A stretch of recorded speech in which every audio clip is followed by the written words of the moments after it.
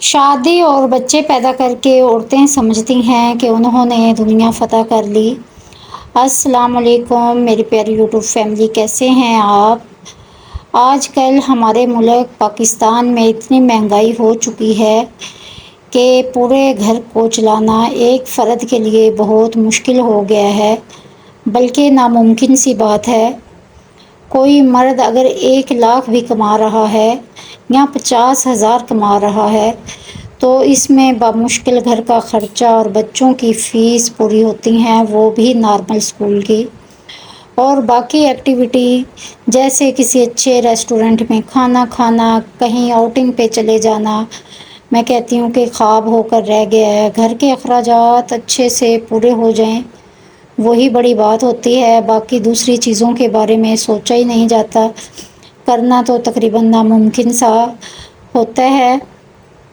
میرا یہی ماننا ہے کہ گھر کے ہر فرد کو اپنی اپنی بیس میں رہتے ہوئے کچھ نہ کچھ کام ضرور کرنا چاہیے تاکہ گھر کو اچھی طرح چلایا جا سکے۔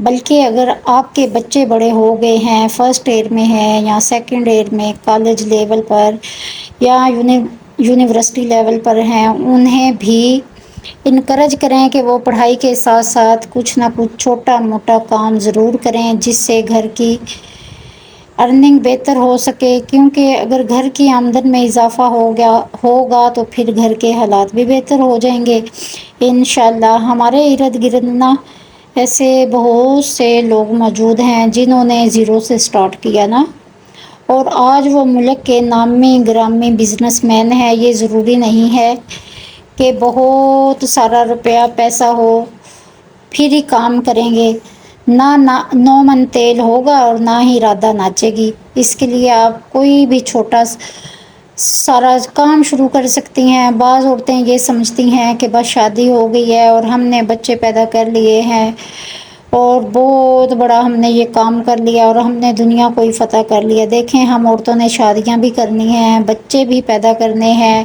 اور ان کی تعلیم و تربیت بھی اچھے طریقے سے کرنی ہے، کیونکہ یہ تو ہم نے کرنا ہی کرنا ہے۔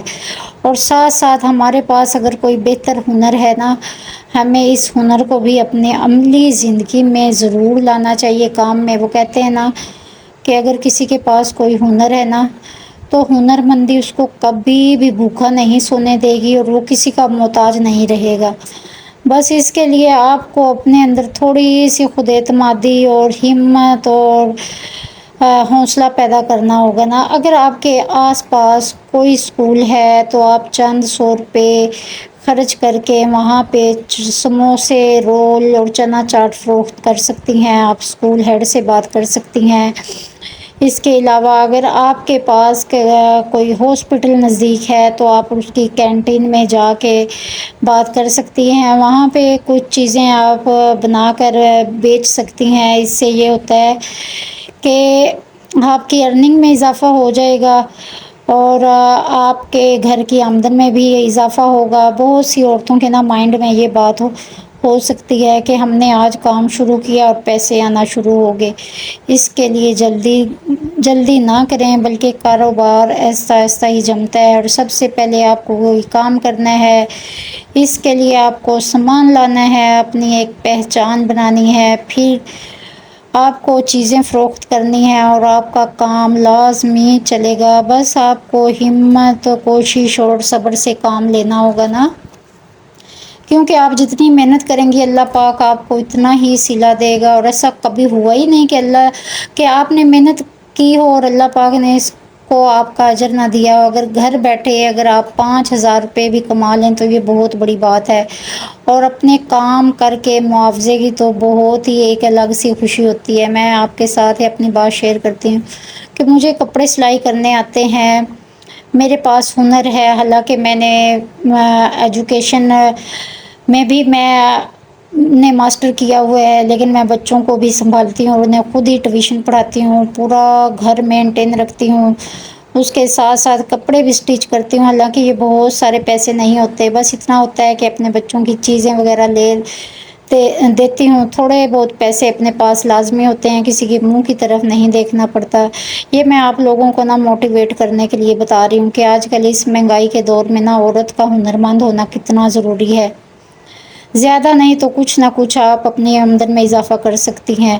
سارا دن مکھیاں مارنے سے اور ایک دوسرے کی برائیاں کرنے سے بہتر ہے کہ کچھ نہ کچھ آپ ہنر سیکھ لیں، آپ کے کام آئے گا۔ میری ان تمام ماؤں سے ریکویسٹ ہے، پلیز اپنی بیٹیوں کو تعلیم کے ساتھ ساتھ انہیں ہنر لازمی سکھائیں۔ مجھے یاد ہے کہ میں نے اسکول سے آنا تو امی نے تکیوں کے غلاف کپڑے پہ چھاپا لگوا کر رکھنا کہ پڑھنے کے بعد تم نے اس کو بنانا ہے، اس پہ کڑھائی کرنی ہے، پھر سلائی مشین۔ کبھی ایسے ہونا کہ میں نے اسکول سے آنا تو انہوں نے سلائی مشین لے کر بیٹھے ہونا اور پرانے بھائیوں کے پرانے کپڑوں کو دھیڑ کے رکھا ہونا کہ یہ پرانے کپڑوں کے سے نا بستروں کے کور سلائی کرو نا، اور ساتھ ساتھ کھانا بھی بنوانا۔ یہی نہیں بلکہ میں کہتی ہوں کہ کبھی میں نے روٹی صحیح سے نہ بنانا تو اماں نے کہنا کہ کوئی بات نہیں، میں کھا لوں گی، ابا کھا لے گا، بھائی کھا لیں گے، تم پکاؤ صحیح۔ کبھی کپڑے دھونے پہ لگا دینا کہ اس طرح کپڑے دھونے آ جائیں گے۔ میں نے شور مچانا کہ مجھے نہیں آتے، مجھے روٹی پکانا نہیں آتی، میرے ہاتھ جل جائیں گے، لیکن اماں نے کہنا کہ نہیں بھی پکاؤ، تم نے پکانی ہے، تم نے اگر آج نہیں پکاؤ گی تو پھر کب پکاؤ گی نا۔ حالانکہ مجھے یاد ہے کہ میری ہم عمر جو تھی وہ ساری کھیلتی ہوتی تھی، لیکن اماں نے کبھی ہمیں نا اتنا باہر ہمیں بھیجا ہی نہیں۔ بس ان کی یہی کوشش ہوتی کہ میری بیٹیاں بس سارا کچھ سیکھ لیں۔ یہ کہ میں کہتی ہوں کہ ہماری ماں نے نا اپنی بیٹیوں کو ہر ہنر سکھایا، حتیٰ کہ میں کہتی ہوں کہ تندور میں روٹیاں پکانا بھی سکھایا۔ انہوں نے کہنا ہے کہ سیکھ لو کہ اگر زندگی میں کہیں کرنا پڑ جائے تو تمہیں مشکل تو نہ ہو ہے۔ میں کہتی ہوں کہ سلام ہے میری ماں پر، ان کی عقل و دانائی پر۔